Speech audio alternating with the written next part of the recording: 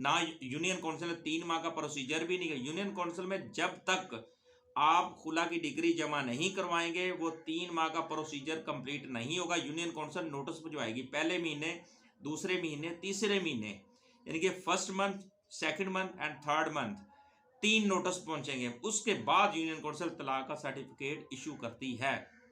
अगर आपने खुला की डिग्री लेने के बाद जमा ही नहीं करवाई यूनियन काउंसिल में, बाद में आप अगर सुलह करना चाहते हैं, चाहे 5 माह बाद सुलह करें, 8 माह बाद करें, तो वो फिर यूनियन काउंसिल में प्रोसीजर होगा, वहाँ पे आप सुलह कर सकते हैं। तो उसमें ये नहीं होगा कि आप दोबारा उसमें हलाला करेंगे। हलाला तो उस सूरत में होता है जब मर्द ने तलाक दी हो। तो ये तो खुला है, तो इस खुला की जो डिग्री होती है एक तलाक होती है, ठीक है ना, यानी कि अदालत से इजाज़तनामा।